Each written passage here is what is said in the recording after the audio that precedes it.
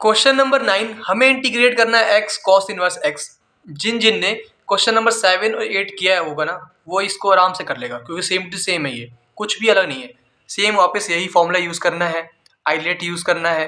तो पहले इनवर्स आता है, फिर लॉग, फिर अलजेब्रा। तो ये तो हमारा u होने वाला है और ये हमारा v होने वाला है। इसको i मान लो।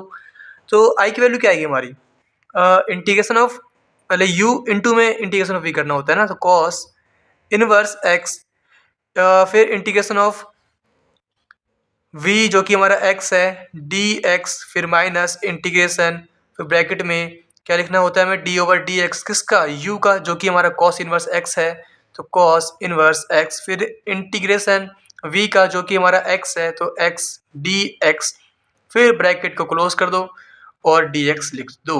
यही हमारा ये फॉर्मूला है। तो अब आगे बात करते हैं, सॉल्व कर लेते हैं इसको आगे।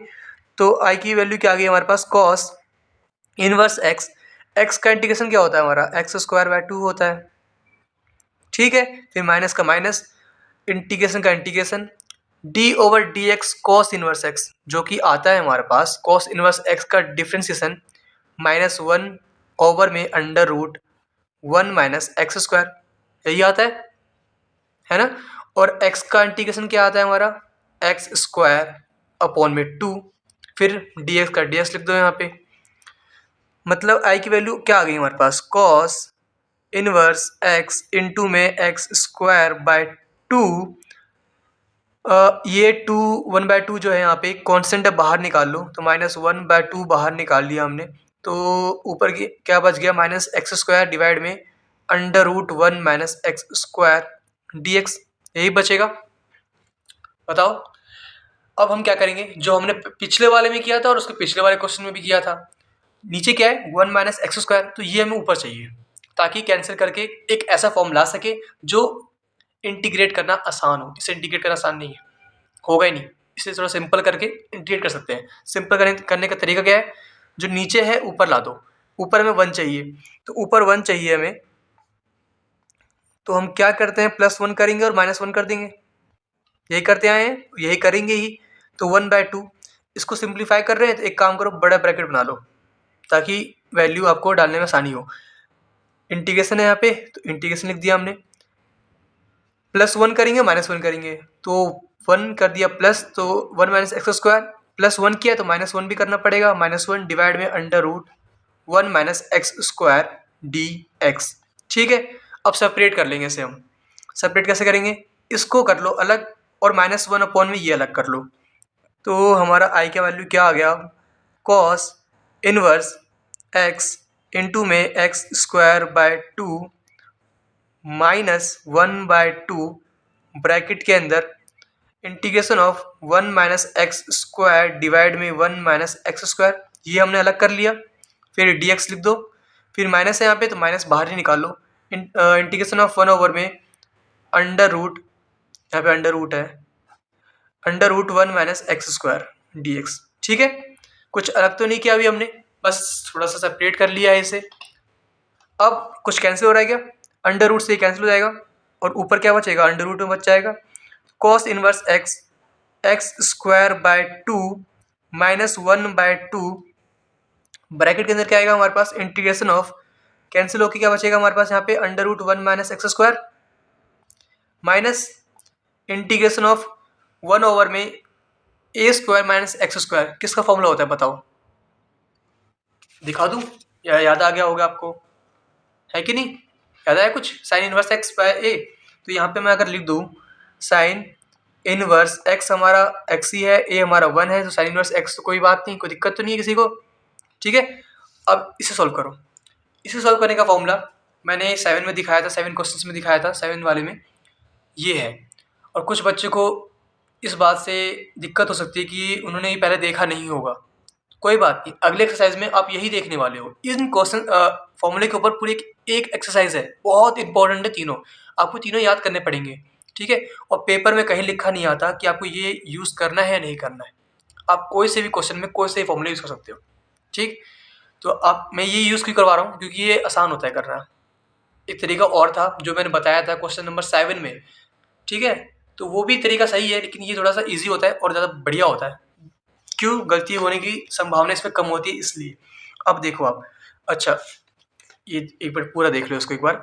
यहाँ पे क्या करने वाला हूँ मैं, अब सॉल्व करेंगे इसको। आई की वैल्यू क्या आ गई हमारे पास, कॉस इनवर्स एक्स इंटू में क्या है एक्स स्क्वायर बाय 2 है माइनस 1/2 ब्रैकेट के अंदर इंटीग्रेशन ऑफ ए स्क्वायर, 1 का होल स्क्वायर मतलब ए स्क्वायर माइनस एक्स स्क्वायर, ये वाला। यहाँ पे ए की वैल्यू क्या है 1 है, तो जहाँ पे भी ए है वहाँ पे 1 पुट कर दो और आंसर लिख दो यहाँ पे x/2, फिर अंडर रूट ए हमारा 1 है तो 1 माइनस एक्स स्क्वायर प्लस ए हमारा 1 है तो 1/2 साइन इनवर्स x बाय 1, मतलब 1 है तो बाय ए 1 है तो यहाँ पे ए छोड़ दो बस, माइनस का माइनस साइन इनवर्स x भी है यहाँ पे तो साइन इनवर्स x। ठीक, ये हो चुका है यहाँ तक। अब इसको थोड़ा सा सिंप्लीफाई कर लो, आपका आंसर आ चुका है, ये हमारा आंसर है। प्लस एक कांस्टेंट टर्म करना पड़ता है तो प्लस सी कर दो आप, तो हमारा आंसर आ चुका है जो कि है I is equal to x square by 2 cos inverse x minus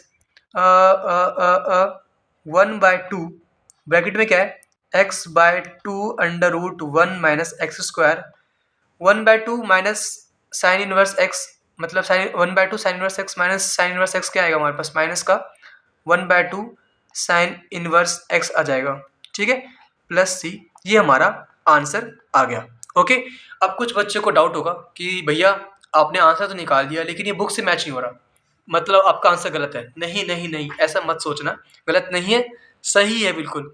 book में क्या है ना, देखो क्या होता है, इंटीग्रेशन में क्या होता है और डिफरेंशिएशन में एक कभी कभी कांस्टेंट वैल्यू के कारण आंसर डिफरेंट आता है।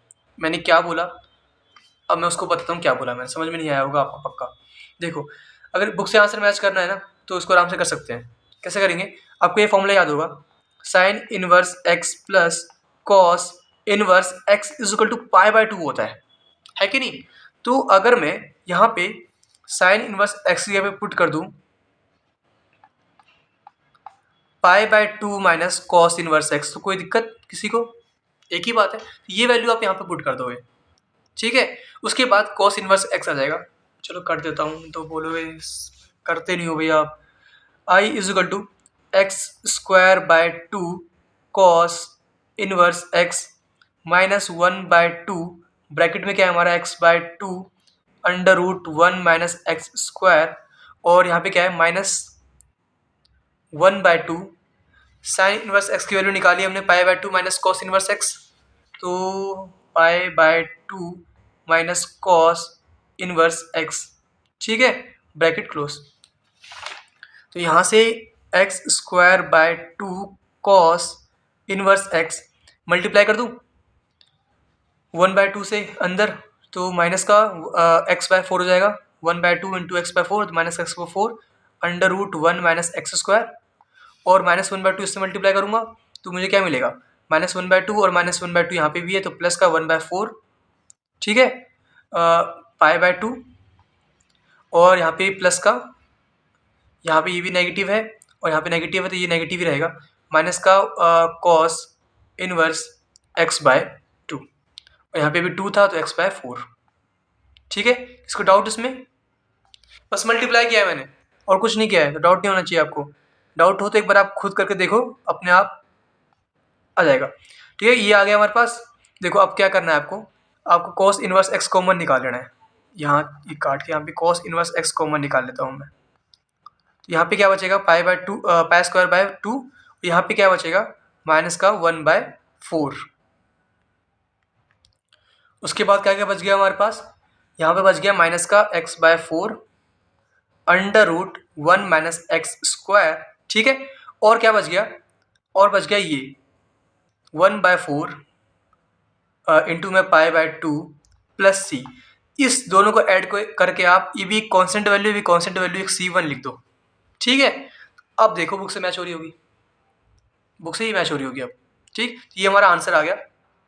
लेकिन अगर आपने ये सब ना करते हुए बस यहाँ तक करके छोड़ दिया ना, तब भी आपको नंबर पूरा मिलेगा। अंतर क्या था यहाँ पे, बस देखो ये भी कांस्टेंट है, ये भी कांस्टेंट है, कांस्टेंट की वैल्यू कुछ भी हो क्या फर्क पड़ रहा है, कांस्टेंट कांस्टेंट होता है। ठीक है, तो हमारा आंसर दोनों सेम है, यहाँ तक करके भी छोड़ोगे तो नंबर पूरे मिलेंगे। तो ये घबराना नहीं है कि मैच नहीं हो रहा, ये नहीं हो रहा, वो नहीं हो रहा, सब सही है। Don't worry, be happy.